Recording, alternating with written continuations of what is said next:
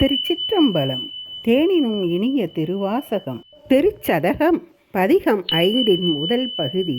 மெய் உணர்தல். பவன் எம்பிரான் பனிமாமதி கண்ணி விண்ணோர் பெருமான் சிவன் எம்பிரான் என்னை ஆண்டு கொண்டார் என் சிறுமை கண்டும்.